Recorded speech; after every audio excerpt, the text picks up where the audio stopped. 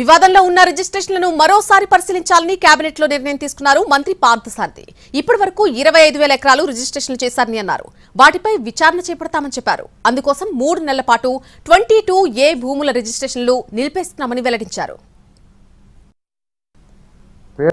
రాబోయే 3 నెలల కాలంలో గ్రామ సభలు అయ్యేంత వరకు, ఎందుకంటే రెవెన్యూ రికార్డ్స్లో చాలా మ్యానిపులేషన్ జరిగినాయి అని చెప్పేసి పేదవాళ్ల భూ హక్కుల్ని కాపాడటం కోసం వచ్చిన కంప్లైంట్స్ని దృష్టిలో పెట్టుకుని రిజిస్ట్రేషన్స్ అన్నీ కూడా వెరిఫై చేయాలని చెప్పేసి చాలామంది ఏం చేశారంటే అధికారుల్ని కూడా తీసుకున్నో లేకపోతే రకరకాల అన్నీ చేసి రెవెన్యూ రికార్డ్స్ని మ్యానిపులేట్ చేశారు.